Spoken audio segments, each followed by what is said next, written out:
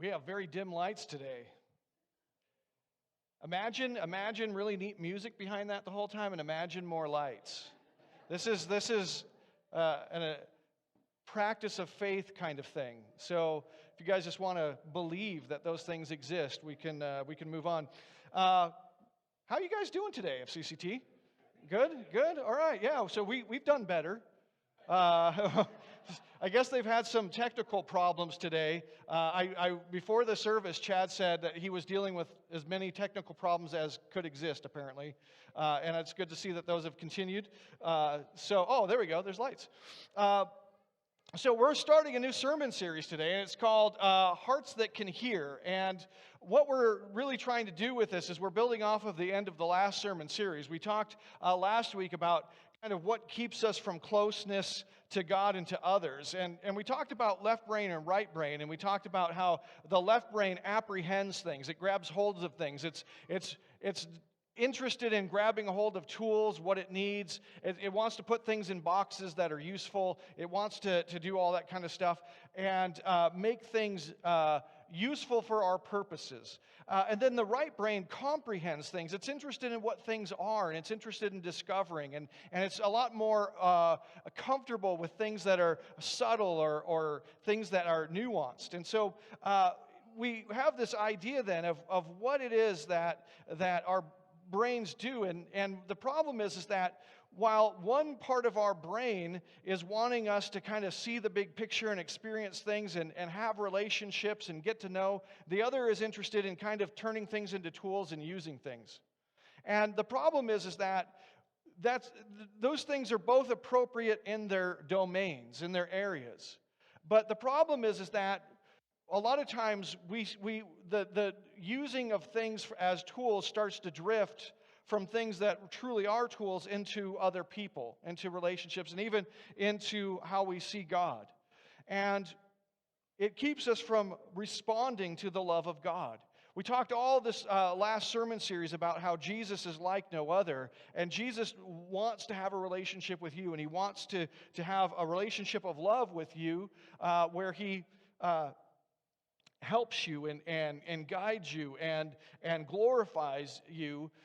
And that's going to not take place if we don't deal with the problems, the obstacles that present themselves to us and to that. And so when we talk through this sermon series about hearts that can hear, it's really centered around the idea of the parable of the sower. Do you guys remember the parable of the sower? And a guy goes out and he's spreading seeds in the field, and he's not being too, let's say, picky about where he spreads those seeds. And some fall in good soil, but a lot of them don't. Some fall in the path, some fall among the thorns and thistles. And the issue here is that basically, Jesus explains this parable as the idea of the word coming into somebody's heart, and the kind of heart that they have determines whether or not they can interact with the word.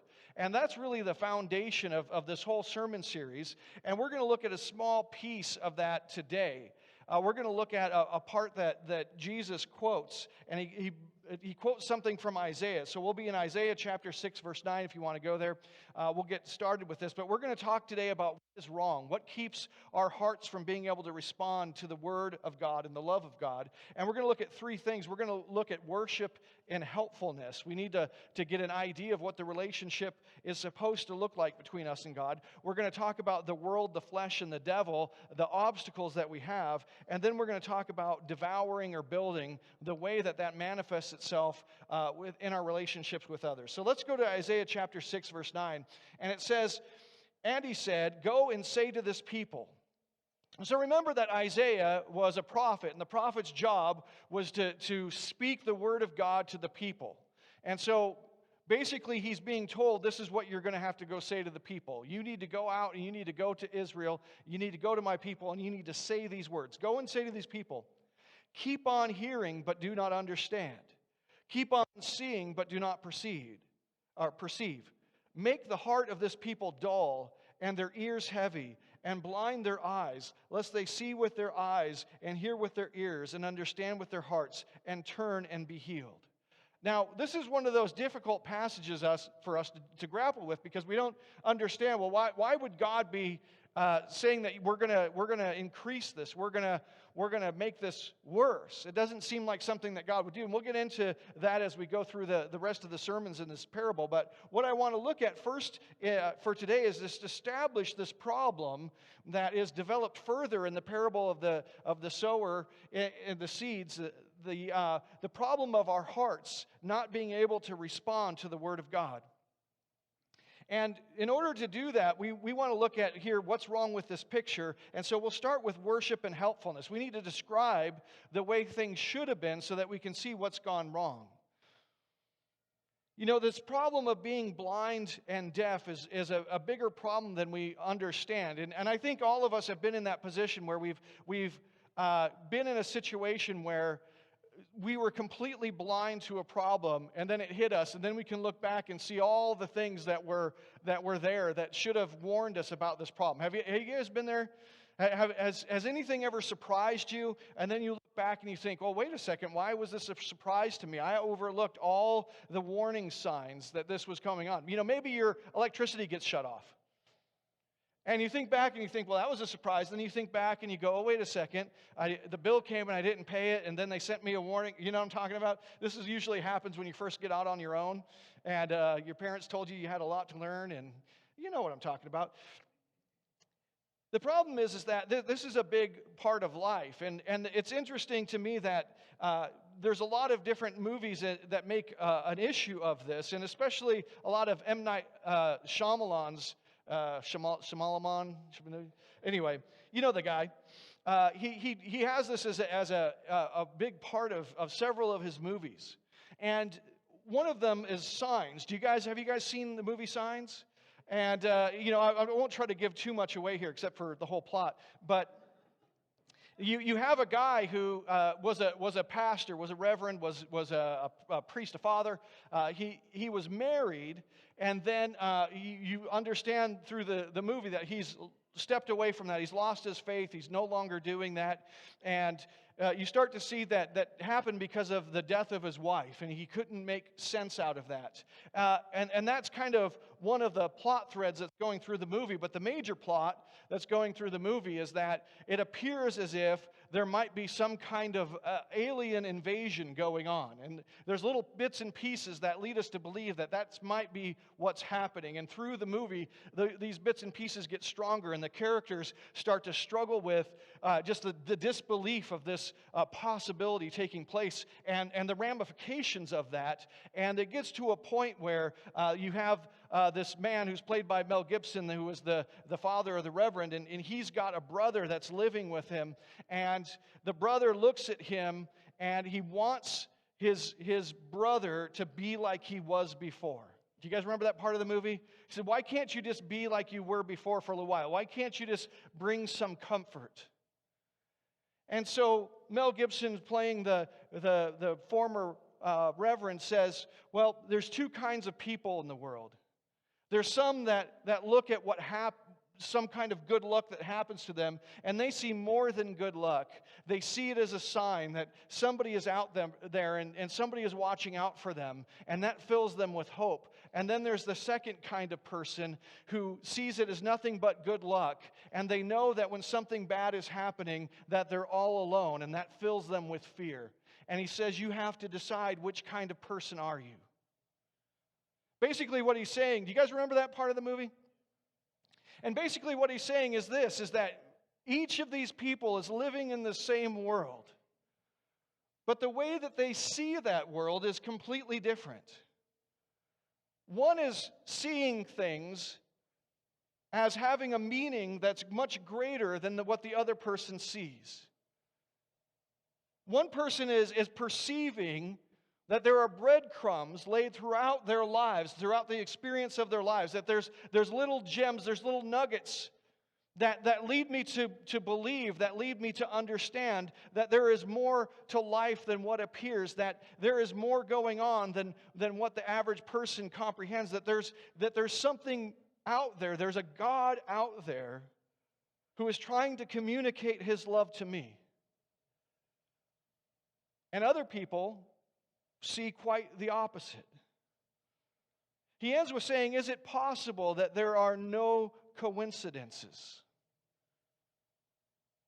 And as he's saying that in light of some very strange things that his wife said as she was dying.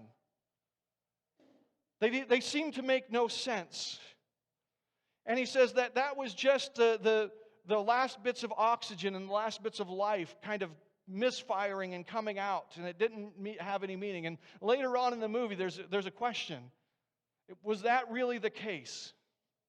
Or did those things that she was saying really have much greater purpose and implication to them? And if you haven't seen it, you're going to just have to watch to figure out which one it is. What are we blind and deaf to? What's going on in the world?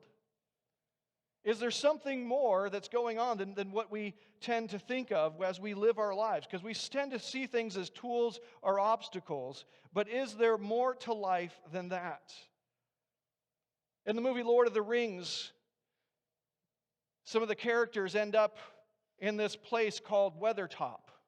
It's a ruin on top of a hill, and they're taking shelter there from these terrible wraiths that are following them.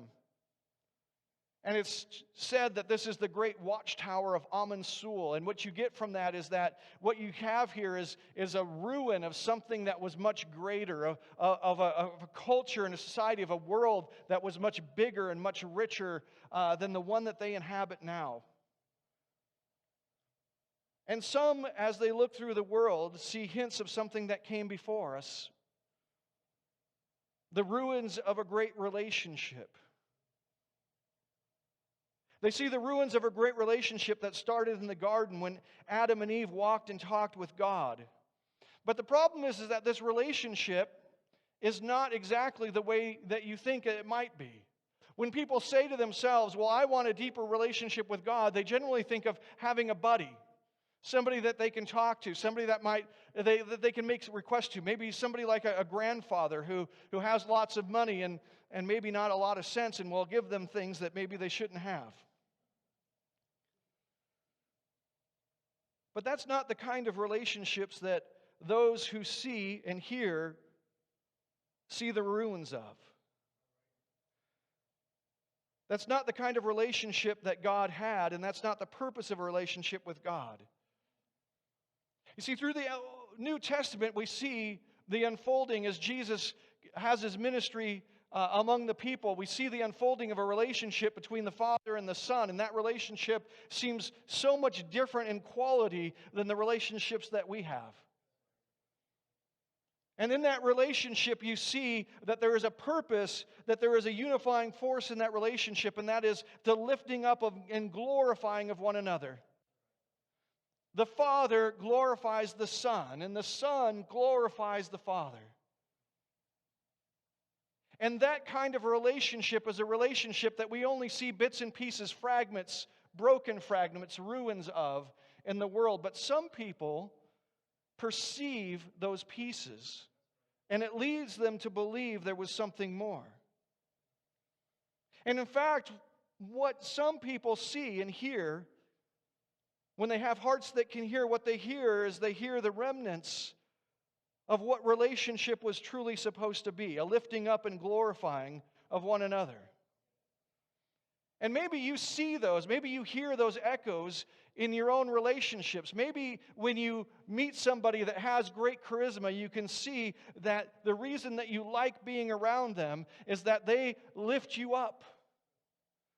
You see, because that's honestly, charisma is a compliment that gets paid to us. When we meet somebody who has charisma, what we see is somebody who's willing to put effort in to their relationship with us.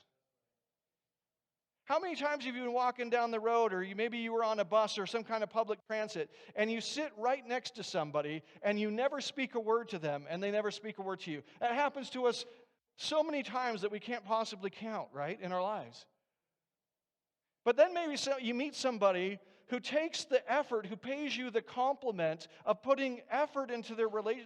They try to bring joy to your life. They try to bring something fun to your life. They bring a playfulness, and you experience that as charisma, and you say, I want to be around that person. Why? Because they have glorified you in a way, because they have paid you the compliment of putting effort into their interaction with you, and that is a compliment.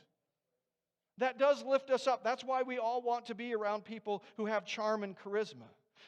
They are saying to you, you are worth the effort. And when you enjoy that charisma, you are repaying the compliment. You are lifting them up.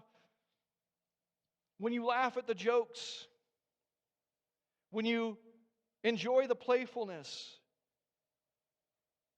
We see this in children at Christmas time, and the magical aspect of this when we have children. That you give gifts, and by giving gifts you honor and glorify and lift up the children. And in their praise and gratitude and their enjoyment of the gifts and enjoyment of you, they respond in like ways. You see, this is how it worked, or how it was supposed to work with God, is that when we were in the garden, this relationship wasn't just a buddy-buddy thing, although I think there are elements of that. It was of a different kind and quality than we usually have. And the way that it generally works is this, is that the greater loves with helpfulness, glorifies with helpfulness, and the lesser glorifies and loves with worship. You can think of this in so many different aspects of life, from children with their parents, teachers with their students, coaches with the ones they coach. That there are gifts that are given, there is helpfulness that is extended down. And how does this work with God? How does this helpfulness in worship work? Well, the interesting thing, and this is what's so fascinating, and what we often don't grasp, and this is why you have to have ears to hear, why your heart needs to be able to hear, is because God's helpfulness to us comes primarily through His Word. And Jesus, when He came down, was the Word made flesh. This is the strange aspect to this, and this is why you have to have a heart that can hear, is that God's primary, and I'm not saying only, but God's primary way of helpfulness with us is through His commands. Because God's commands to us are the manifestation of His love. But you have to have the ears to hear that. When God gives you a command, you have to have the ears to hear the love behind the command. And that's what most of the world is missing. Most of the world is missing the ears to hear, because when they hear a command from God, all they hear is a standard that has to be met. You see, God functions, because He is God, as an ideal. As the highest point, the most glorious of beings, the highest standard. And the problem is that when we meet the highest standard, you can either see in that love, or you can see a demand to meet the standard that makes you feel bad. You see, you can either see a glory that's lifting you up to the standard, or you can see a judgment that's making sure you understand that you fall short of the standard. In the Old Testament, as in the New, when people encountered representatives from God, they fell as dead men with terror. Because the ears to hear that the glory of love is present in the greatness of God is very difficult for us to get a hold of. In John chapter 14, verse 15, it says, "If you love me, you will keep my commandments." If you love me, you're going to keep my commands. Well, why is that? Well, the thing that we have to understand is that every command, and this is important for us to understand, every command that God gives us is from love. And we glorify God, we worship God, Not only when we give him praise with our mouth, but when we show in our actions that we truly believe that what he is commanding us is good. You know, I remember thinking as a kid, why did God give us 10 commandments? Did you ever think that as a kid? Why did God give us 10 commandments? And, you know, maybe it's because we have two hands and so it was easy to remember. Like he didn't want to give us 11 because then our shoes would be off, right? Just so we could make sure we got them all. Is that why God gave us 10 commandments? Why 10? And why? They seem so arbitrary. Did anybody ever think that? When you were growing up, did you see the 10 commandments as like completely weird and arbitrary? I thought that for a long time, but then it was brought to my attention as I was growing up that these commands are based on the character and nature of God. You see, the love of God is such that when God gives you a command, it's out of love for you. And not only that, but it's based on his character and goodness. God is basically saying, be like me. Be like me. And we can say to God, well, we love you. You're amazing. You're great. We can sing his praises at the beginning of the service. But then if we go out through the week and we say, God, I am not interested in being like you, then we're kind of at cross purposes with ourselves. One of these cannot be true. We cannot both think God is wonderful, and then when he gives us a command and says, come be like me, we say, no thanks. Well, one of those is not accurate. But the one who has the ears that can hear, that hears the love and the commands and sees the glory, has the eyes to see, sees the glory of his character and nature and the invitation to be like him and responds to it positively, that person is the one who experiences the love of God. In Deuteronomy chapter 5, verse 9 and 10, it says, you shall not bow down to them or serve them, for I, the Lord your God, am a jealous God, visiting the iniquity of the fathers on the children to the third and fourth generation of those who hate me, but showing steadfast love to thousands of those who love and keep my commandments. I used to read that when I was younger and think, well, basically what God does is if you are good and you obey him, then he rewards you, gives you the cookie, right? You were good, here's the cookie. And if you're bad, then he gives you the carrot. In my growing up, it was the tomato, right? I hated tomatoes as a kid. He gives you some kind of vegetable. It's a punishment. You don't eat vegetables.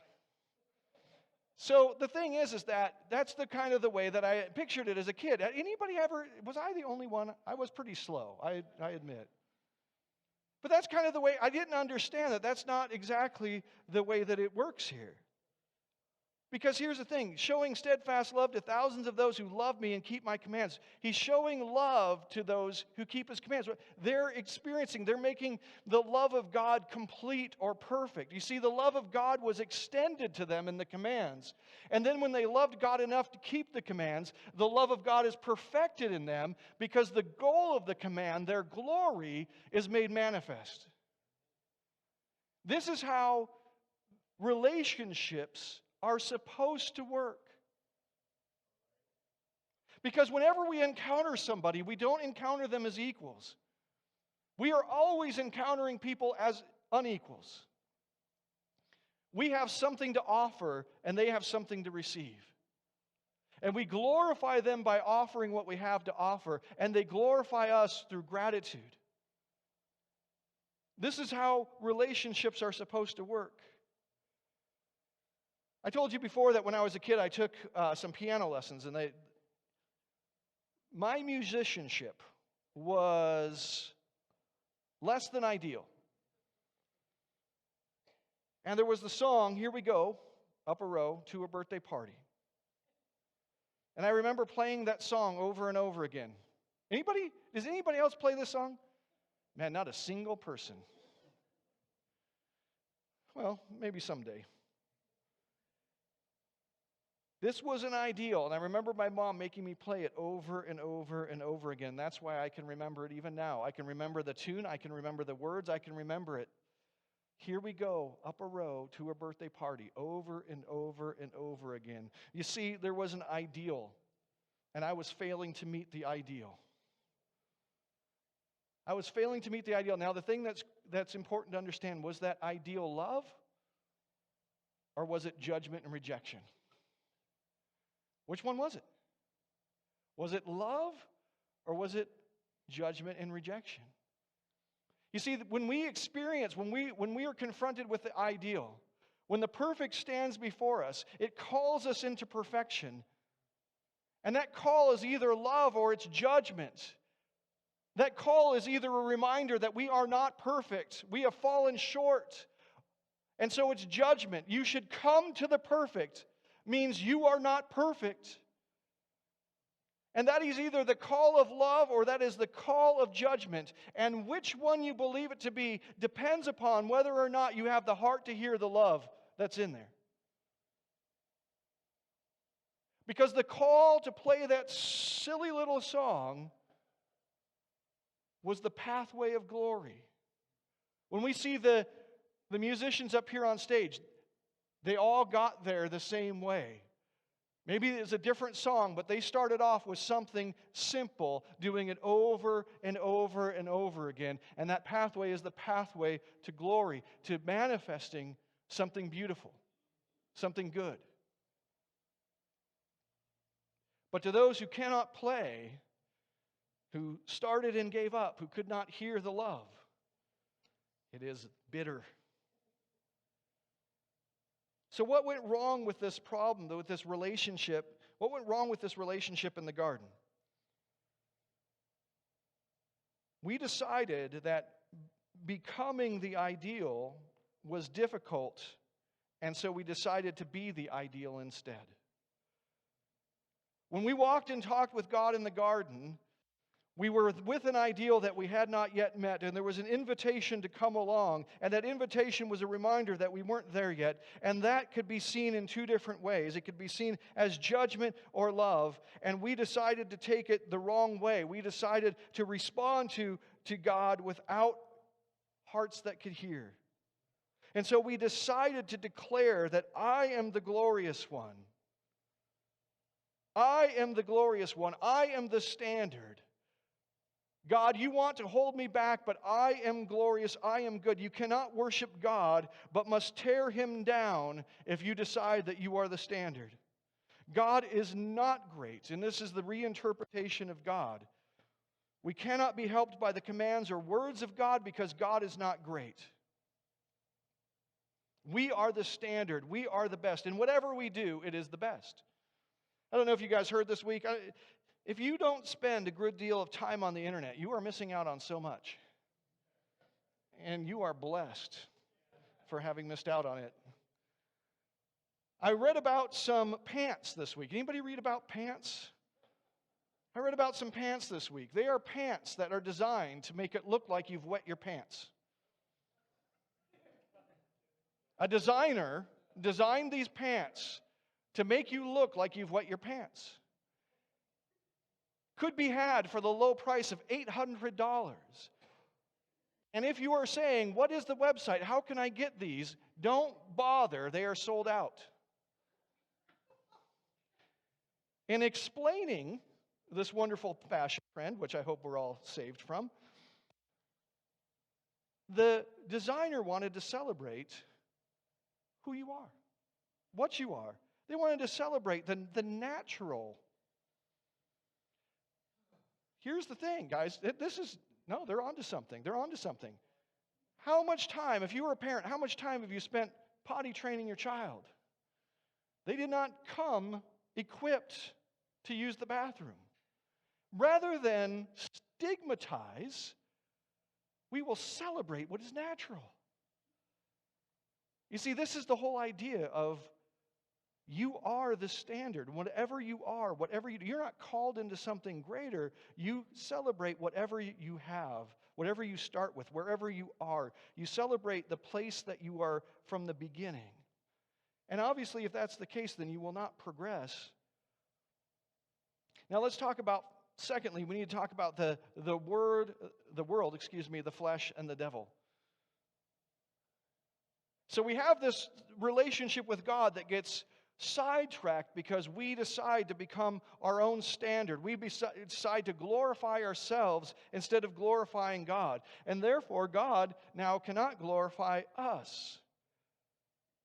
And God wants to call us back into that relationship. He wants us to have hearts that can hear, but there are some adversaries to that. And traditionally, classically, those were known as the world, the flesh, and the devil. It comes out of Scripture. This is the classical definition of the enemies that face us. In 1 John chapter 2, verse 15, it says, "Do not love the world or the things in the world. If anyone loves the world, the love of the Father is not in it." Now, you might say to yourself, well, that doesn't make sense because God so loved the world, right? Well, world can be used in a couple different senses in the Bible. It can be used in the sense of representing all the things as they are, the systems and powers and principles that stand opposed to God. And that's what's being used, the way it's being used here. Do not love the world. Do not love those systems of the world, the thing that stands in opposition and rebellion to God. Do not love that. Ephesians chapter 2, verse 1 and 2 says, "And you were dead in the trespasses and sins in which you once walked, following the course of this world, following the prince of the power of the air, the spirit that is now at work in the sons of disobedience." So this combines the idea of the world with the idea of Satan, and also the idea, kind of implicitly, of the flesh. So what are these classical enemies? Well, we have the world.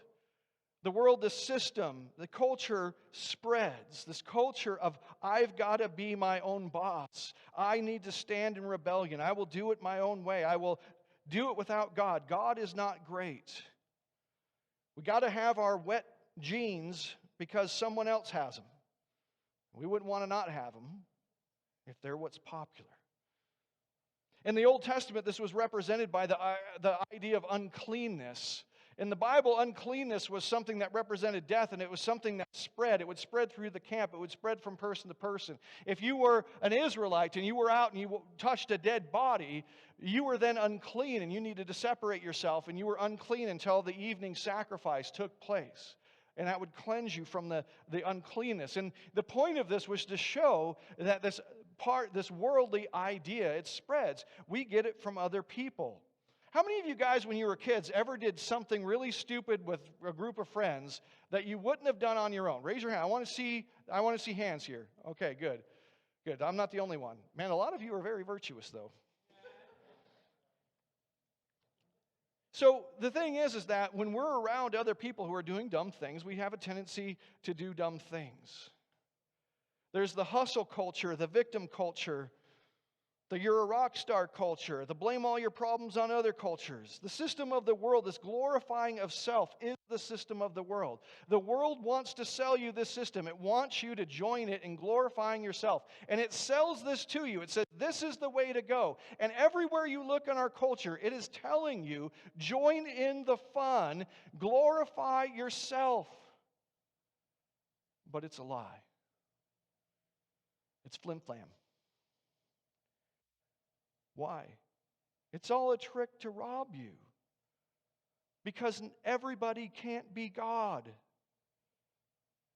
And as you're joining in the fun, what's happening is you're starting to realize that you're actually prey for somebody else to glorify themselves. Because this is the way the culture works, is I glorify myself only at the expense of others. There is winners because there are losers. This happens all over the world. All over the world. Think about somebody who's a drug dealer, as an example. We'll take an extreme example. And the thing is that if you're a drug dealer, you want to be a winner in the world. You want to have money. You want to have success. You want to have power. And you tell somebody else, well, you can have glory by feeling so good. You can give in to the flesh. You can feel so good. You can give into this thing, and you will feel glorious. And so you can join in, glorifying yourself as I glorify myself. But the problem is that's not the way that it works. One person's glory always comes at the expense of another. You will find that there is no glory to be had in the world. The second is the flesh. And the flesh is always the desire to fulfill our bodily needs for glory, or to find glory in fulfilling our bodily needs. We need food, and I feel good when I've eaten. We need sleep, and so I can sleep forever. We need sex, we need this, we need that, we need all these things, and so we say to ourselves, I will experience these things, and I will feel so good and so powerful by meeting these needs. Now, the thing is that did God create us with these desires? Yes, He did. Why? Because humanity needs to be kept a going concern even while we rebel. And these things will keep humanity a going concern. It will keep the lights on, but it won't make for a glorious world, and it won't make for a world that glorifies God. The Bible says that we have to crucify our sinful nature, that we need to put to death the misdeeds of the flesh, that we need to discipline ourselves, that we need to have the Spirit rule over the flesh in order to be led to glory. And we know that this is true. How many of you guys have ever had dreams where you play an instrument that you don't actually play? Anybody? Is that a very specific weird dream? I have weird dreams. I'll admit that. Someday, if you want weird stories, just ask me about my dreams. They're very strange. Nobody else? Okay, well, I have dreams where I'm playing a guitar, just like shredding a guitar. And the thing that's great about it is I didn't get that way by learning it. I just picked it up. And I am just going to town on this guitar. Like, I didn't have to study. I didn't have to practice. There was no, here we go up a road to a birthday party. There was none of that. I just pick up this guitar and I'm just wailing on it. And I'm doing it because I'm just doing what I feel. I'm just doing what I'm just letting my feelings, and it's coming out some amazing thing. In reality, I saw a concert. And this concert, basically these people got on stage and they did what they felt like doing. Each person, there was a group of them. They were all doing, and they were all screaming and yelling and doing things at different, it was a cacophony of screaming and yelling and carrying on. That's what it actually, in my dream, it's amazing. In reality, if I did just whatever I felt, it would be awful. You see, if you can't just bring that thing that's inside of you, if it's not disciplined, it can't make anything glorious or beautiful. And then finally, there's the devil, the liar that convinces us not to worship God, not to hear the love of God in His commands, not to let love or joy overtake us and lead us to Him, but instead to double down on our resistance to Him. Well, we need to finally end here in devouring or building. And this is where it's really important for us to understand. As we go through this sermon series, this is going to be a lot more personal than some of our other sermon series are. This is going to be a lot more personal because we need to talk about how these systems interact to make us not hear the love of God.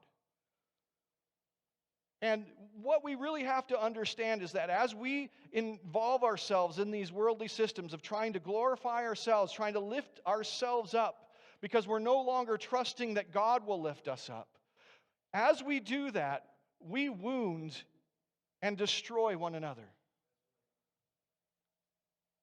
And all of the people that I'm talking to today, you have experienced that. You have wounded and destroyed other people, and you have been wounded and been destroyed by others. And this happens in the families as we grow up. You might have had a parent who was trying very hard to get glory because they didn't trust that God would give it to them. And anything that tended to make them feel like they were losing glory made them angry, and they would defend that, and they took that out on you. And now what's happened is you are so sensitive to that it's hard for you to hear the love of God and His commands. In fact, when you talk about God, when you talk to God, there is a wall of defensiveness there. When you look at the Scripture, you might want to read it in a certain way because It makes you feel better because you feel threatened by the God that it reveals. And all of us have been there. All of us have been there. I remember growing up, I was trying to play football in junior high, and I was a skinny kid, and I used to get made fun of. And it was not, anybody here experienced that when you were a kid? Is there anybody here that got made fun of as a kid? Anyone at all? Okay. Is that everybody? I'm assuming it's everybody, right? Not a pleasant experience, is it? And the thing is that there was this kid named Barry. And the thing that I liked about Barry when I was young was he got made fun of more than me. This is true story. It doesn't paint me in a good light. But I remember that when Barry was around, it was like there was a pressure that was let off of me. Because they would start making fun of him instead of making fun of me. And to my everlasting shame, I would join in with that. Why? Because it kept me safe. You see, we're either building each other up or we're devouring each other. And that's the way that all of us have experienced this life. And those things leave scars. They leave things in our lives, that obstacles for us, that make it hard for us to hear, that make us desire to go out and listen to the world, listen to the flesh, listen to the devil, and not hear the love of God as He calls us to trust Him.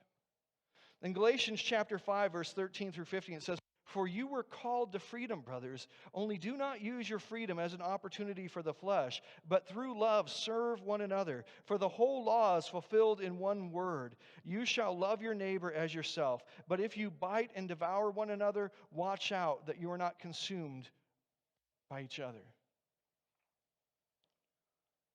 You see, the reality is this, and it's so important for all of us to hear this, is each one of us, when our glory is threatened,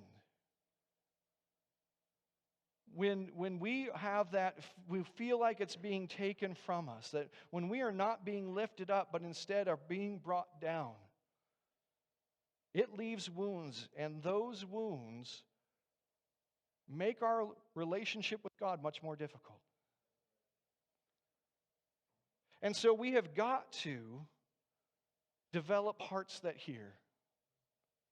We have to trust in God. We have to let Him work in our lives to bring healing so that we can start to experience the glory that He wants us to have. We need to trust that He will lift us up if we will only trust in Him. We talk a lot about believing, belonging, becoming, and through this whole series, we're going to spend a lot of time with that. And I encourage you to look at our conversations with God, our daily devotionals that are on our Facebook page, on our website. Sometimes they drop all at once. Sometimes they drop a couple times through the week. But basically, they are dropped in such a way that you can be doing one each day through the week. And we're going to be looking at how is it that we overcome. How is it that we heal? How is it that our hearts become hearts that can heal? Because our families and the groups that we are with in, the interactions that we have at work, the interactions that we have with our neighbor, the interactions that we have here in this congregation, they can either be places of pain and suffering or places of love and healing. They can either be extending that invitation from God, or they can be repeating the lies of the world. And we want to make sure that every place that we're in, that we are hearing the love of God and His commands, that we are hearing the love of God extended to us, and that we are extending that to one another. So we invite you this time, through this sermon series, to really take part in what we're doing with those online. We come to our time of communion. And one of the things that's really interesting is that the world will convince you to bring God down, to glorify yourself. But the reality is that is exactly opposite. And that's why the Bible is built on this paradox. That if you want to save your life, you must lose it. That if you want to be elevated, you must become the servant of all. This paradox exists based on this primary example of it. That as you elevate God, you do not become less, you become more. Why? Because we worship a God who gave his life for us. And the more glorious that God is, the more meaningful and powerful and valuable that love that was shown on the cross for us is. If you worship a tiny, little, worthless God who died for you, of what use is that? But if you worship a God that is the King of Kings and the Lord of Lords, that is the most perfect and most powerful and most glorious being in all of existence, and that being gave his life for you, you have been lifted up. So we invite you today to celebrate that fact, to make it part of who you are, and to make it an example of how you will live through communion. We take the bread that is his body.